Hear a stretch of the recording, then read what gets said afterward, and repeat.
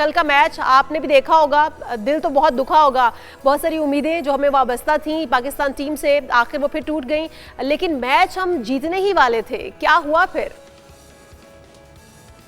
Thank you very much. बिल्कुल जीता हुआ मैच था और अनफॉर्चुनेटली पाकिस्तान ने एक टाइटल अपने नाम हो सकता था वो नहीं किया। उसके पीछे रीजंस क्या है कि पाकिस्तान की पुअर प्लानिंग, पाकिस्तान का डोमेस्टिक क्रिकेट का स्ट्रक्चर जो है वो 4 बैट्समैन नहीं प्रोड्यूस कर पा रहा कि हम ओपनर से लेके मिडिल ऑर्डर में कि पाकिस्तान बैट्समैन कम से कम रन्स तो बोर्ड में लगा सके। आपको अच्छा स्टार्ट मिलता है तो आप उसका ज़ाया कर देते हैं, आपको शुरू में विकेटें गिर जाती है तो आपके टेल एंडर्स रन करते हैं। तो ओवरऑल बैटिंग हमारा बहुत बड़ा एक अलमिया साबित हो रहा है कि हमारे पास वो क्वालिटी बैट्समैन नहीं आ रहे कि हम वो, अब देखें ना पाकिस्तान ने अगर जो स्टार्ट लिया था, पहले 6 ओवर में पाकिस्तान ने 46 रन बनाए, हाफ ए मार्क 10 ओवर में 87 रन बनाते हैं। 13वें ओवर तक Pakistan were very well placed, 113 run, एक खिलाड़ी आउट, 7 ओवर रहते हैं, 7.2 ओवर। ज्यादातर टीमें इतने अच्छे स्टार्ट 7 ओवर में 70-80 रन बना के 200 रन के करीब बोर्ड पे लगाती है, और हमारा जो वहां से वो क्लटर ऑफ विकेट्स गिरती है एक के बाद एक फ्लरी ऑफ विकेट्स, और फिर हमने 33 रन के एवज 9 विकेटें गवा दी।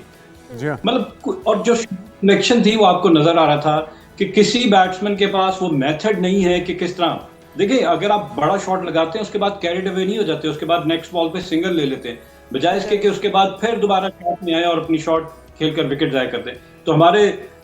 8 बैट्समैन जो इवन डबल फिगर में भी दाखिल हुए, सिर्फ 2 बैट्समैन जिसने साहिबजादा फरहान की दूसरी लगातार निफ सेंचुरी अगेंस्ट इंडिया, फखर जमान जिस तरह बैटिंग कर रहे थे, मैं ऑल्दो क्लिक कर गए, लेकिन मुझे यही लग रहा था जिस तरह हर बॉल पे निकल के आप चार्ज करके मारते हैं, आप ये क्रिकेट का खेलने का बात नहीं है। आपको समझना पड़ेगा कि बॉल जो आपके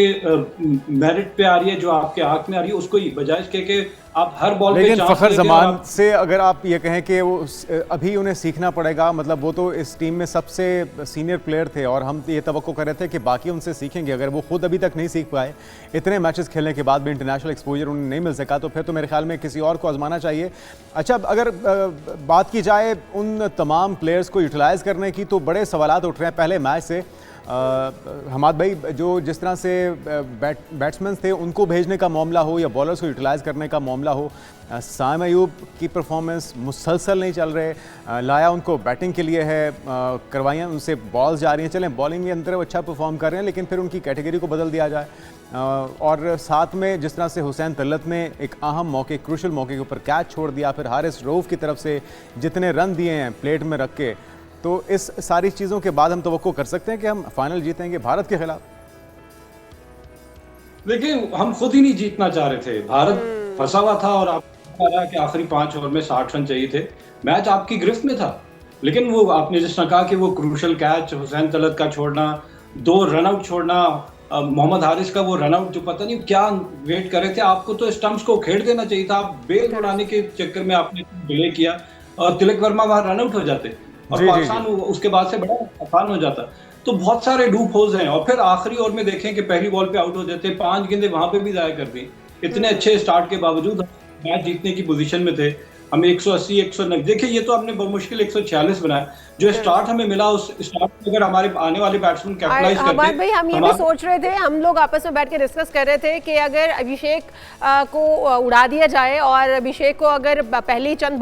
बॉल्स के अंदर ही उसे हम आउट कर बैठते हैं तो फिर मैच हमारे हाथ में होगा, क्योंकि ज़्यादा स्कोर करने वाला अभिषेक ही था और अभिषेक की बैटिंग बहुत ज़बरदस्त है, लेकिन इसके बावजूद हमने उसे तो आउट कर दिया, लेकिन मैच फिर भी हमारे हाथ से निकल गया। अगर हम बात करें दूसरी तरफ की भारत की, ठीक है उनकी अच्छी टीम है, लेकिन पिछले मैच के अंदर, फाइनल मैच के अंदर जिस तरह की गलतियां हुई हैं, और उससे पिछले मैच के अंदर भी हमने देखा कि भारत की तरफ से लगभग 5 कैचेस छोड़े गए थे, तो बड़े आसानी से हम काबू कर सकते थे अगर अपनी गलतियों के ऊपर काबू पाते हैं। लेकिन अगर हम आ जाते हैं उनके रवैये के ऊपर, पहले दिन से पहले वेन्यू का मामला, फिर हाथ ना मिलाने का मामला, फिर उसके बाद पहलगाम के वाक़े के जिक्र कर देना उनके कप्तान की तरफ से, अब जबकि मैच हो गया, मैच जीत गए, उस पर भी छोटेपन का मुजाहरा, मोहसिन नकवी साहब से ट्रॉफी नहीं ली, फिर उनके वज़ीर-ए-आज़म जिस तरह की ट्वीट करते हैं, ऑपरेशन सिंदूर का तसलसल इसे करार देते हैं, इस रवैये पर क्या आपको लगता है कि आईसीसी यूं ही तमाशा देखती रहेगी? क्योंकि अमित शाह उसके ऊपर विराजमान है, लेकिन कोई तो आवाज़ उठाएगा और ये सिलसिला अगर बढ़ता गया तो इसका इख्तिताम तो होता दिखाई नहीं दे रहा। या बिल्कुल, देखिए दुनिया के सामने खुद ही भारत जो है एक्सपोज हो गया और हमें नजर आता है कि हाथ ना मिलाना, सलमान अली आगा रन ले रहे थे, उनकी बॉडी पे बॉल लगता है और Indian captain Surya Kumar umpire को फोर्स करते हैं। देखिए बाइसनेस आपको नजर आ रही है, अंपायर को फोर्स करते हैं कि आप इसको चेक करें कि ये ऑब्स्ट्रक्टिंग द फील्ड तो नहीं हुआ, जो कि चेक किया गया कि बिल्कुल ऑब्स्ट्रक्टिंग द फील्ड नहीं था, वो अपने रनिंग कर रहे थे, रन मुकम्मल कर रहे थे बॉलर की। तो आपको नजर आता है हेट्रेड जो वो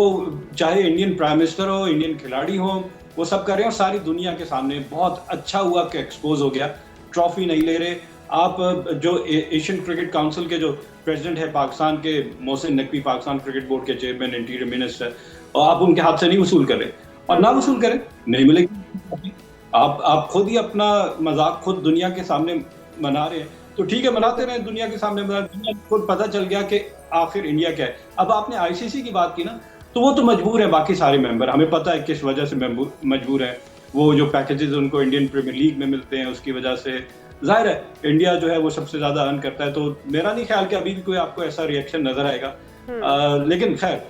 हो गया, पाकिस्तान की बात कर ले, पाकिस्तान की टीम सिलेक्शन की बात कर ले, तो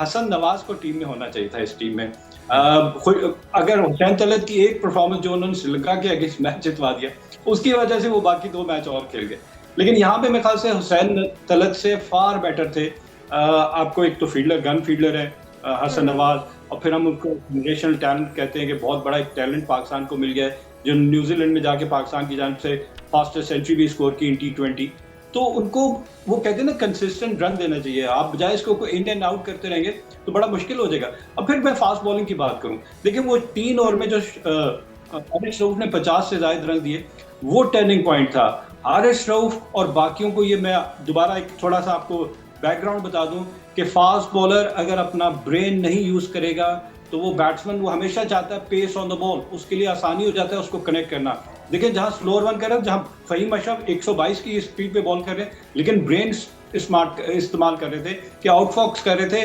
बैट्समैन की स्विंग को उससे बच रहे थे और स्लोअर वन से उसको डिसीव कर रहे थे। जहां पे हारिस रऊफ को अगर हम देखें तो वो पेस ही देते जा रहे थे और बैट्समैन बासानी उनको बड़े शॉट खेल रहा था। हिस्ट्री आपको बता दूं,